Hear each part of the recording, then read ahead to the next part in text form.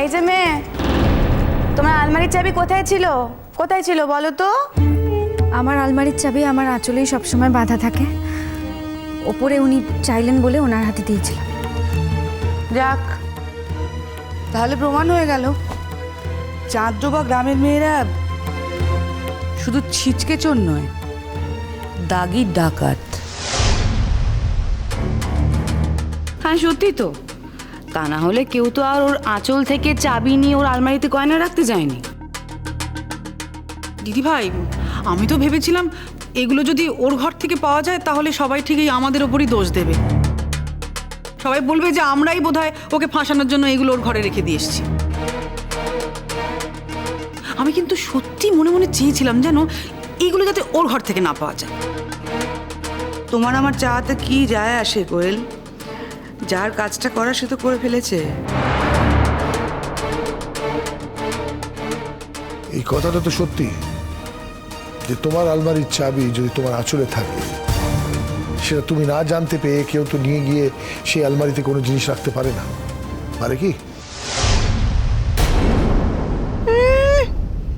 দুপুরবেলা যেমন হাত পা ছুড়ে ঘুমাচ্ছিল, আমি যে টুক করে ওর আঁচল থেকে চাবিটা খুলে গয়নাগুলো ভেতরে রেখে দিয়েছি, হাঁদা গঙ্গারাম টেরই পায়নি। এখন মর না জেলে পচে। আমি জানি বাবা, কিন্তু আপনি কি বিশ্বাস করেন যে আমি এই কাজটা করেছি? গয়নাগুলো দিয়ে আমি কি করব বাবা? এই একদম বাবা বাবা করে ন্যাকামো করবে না বলে দিচ্ছি। গয়না দিয়ে কি হয় তুমি জানো না? গয়না কি করে তুমি জানো না, তাই তো? দাদা, আমাদের বাড়ির ট্র্যাডিশন, আমাদের শাশুড়ির মার গয়না যে এইভাবে সাহস রেখে চুরি করতে পেরেছে, সে যে আর কি কি করতে পারে আমি তো ভাবতে পারছি না। আচ্ছা কাকুন, তুমি একটা কথা ঠিক করে ঠান্ডা মাথায় ভেবে বলো, এই চাবির গোছা তুমি সবসময় তোমার আঁচলে বেঁধে রাখো? হ্যাঁ কাকামণি, চাবিটা আমি বারবার হারিয়ে ফেলি বলে এটা সব সময় আমার আঁচলেই বাঁধা থাকে। কি আশ্চর্য! সত্যি তো, তাহলে তোমার আঁচল থেকে চাবিটা খুলে কি নিল বলো তো কাকুন? কেউ তো আর তোমার আঁচল থেকে চাবি খুলে গয়না আলমারিতে তুলে রাখতে পারবে না বৌদি ভাই। তোমার কথার উত্তর আমার কাছে নেই। দিদিভাই সবসময় চাবিটা আমার আঁচলে বাঁধা থাকে, এইটুকু আমি জানি। এর বাইরে কি হয়েছে সেটা আমার জানা নেই।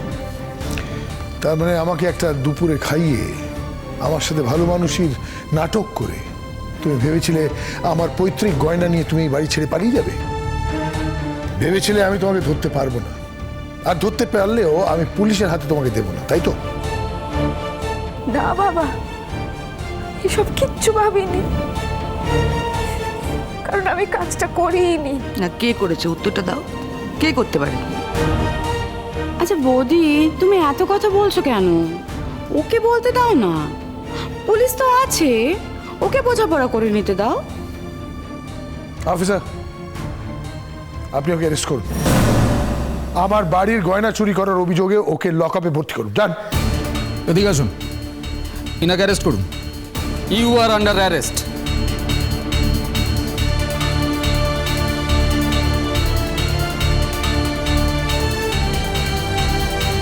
ভাই বাড়িতে নেই, একবার ভাইয়ের এখানে আসার প্রয়োজন ছিল তো। ভাইকে একবার ফোন করে ডাকলে হয় না বাবা? পুলের কথা এখানে উঠছে কেন? এসব ছোটখাটো ব্যাপারের মধ্যে ওকে একদম টানবে না। আমার ছেলেটাকে জড়াচ্ছে। বাড়ির কাজের লোক গয়না চুরি করেছে, তাকে অ্যারেস্ট করা হচ্ছে। ও এলে বলো চাঁদডোবা গ্রামের মেয়েটি কি কর্ম করে গেল। আপনার যা খুশি আপনি তাই বলুন মা। যদি আকাশে চন্দ্র সূর্য থাকে, যদি ওপরে ঠাকুর থাকে, যদি ধর্ম বলে কিছু থাকে, তাহলে একদিন ঠিক প্রমাণ হবে যে আমি চুরি করিনি।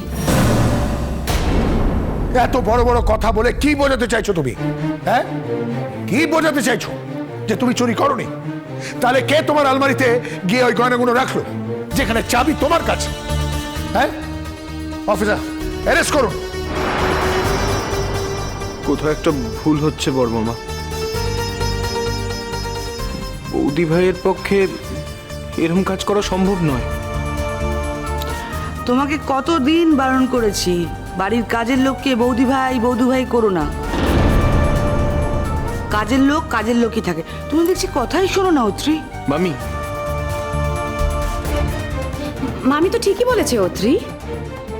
একটা মেয়ে বাড়িতে কাজ করতে এসছে, তাকে যদি তুমি বৌদি ভাই বলে ডাকো তাহলে তার মানেটা কি দাঁড়াচ্ছে? সাজিদি,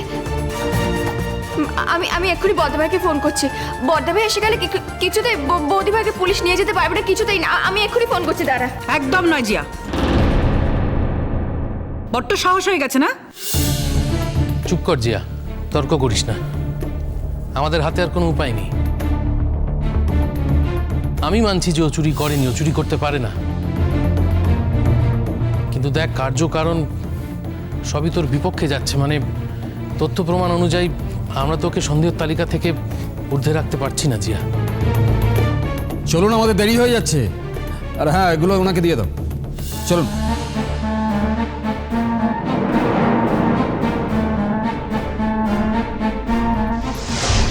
কি হয়েছে?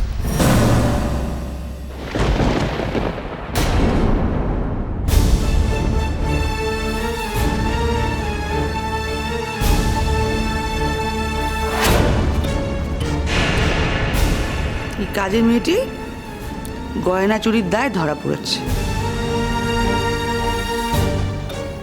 বাবা, বকুল, ওর আলমারি থেকে চুরি করা গয়নাগুলো পাওয়া গেছে। তোমার ঠাকুরমার গয়না, তোমার মায়ের গয়না, ওই সব আমাদের আলমারি থেকে হাওয়া হয়ে ওর আলমারিতে খুঁজে পাওয়া গেছে। তাই আমি পুলিশকে ডাকতে বাধ্য হয়েছি। আর পুলিশ গোটা বাড়ি সার্চ করে ওর আলমারি থেকে এই গয়নাগুলো পেল। হ্যাঁ, আর ও নিজে মুখেই বলেছে যে আলমারির চাবিটা ওর আঁচলেই বাঁধা থাকে। ওর আঁচল থেকে কেই বা চাবিটা খুললো আর কেই বা ওর আলমারিতে গিয়ে গয়নাগুলো সব রেখে এলো? এটা বলো তো পুপুন, এই প্রশ্নের যদি উত্তর পাওয়া যেত তাহলেই ওকে আর হাজতে যেতে হতো না। আমি জানতে চাই অফিসার, কোন অধিকারে আপনারা আমার স্ত্রীকে থানায় নিয়ে যাচ্ছেন?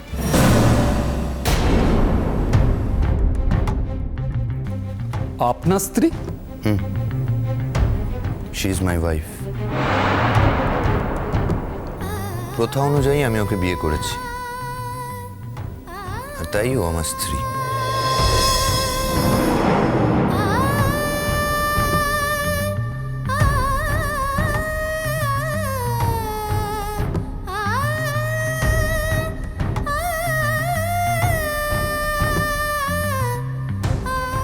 সুতরাং এ বাড়ির গয়না মানে আমার ঠাকুমার গয়না। সে গয়না ও নিজের কাছে রাখতে পারে, সে অধিকার ওর আছে।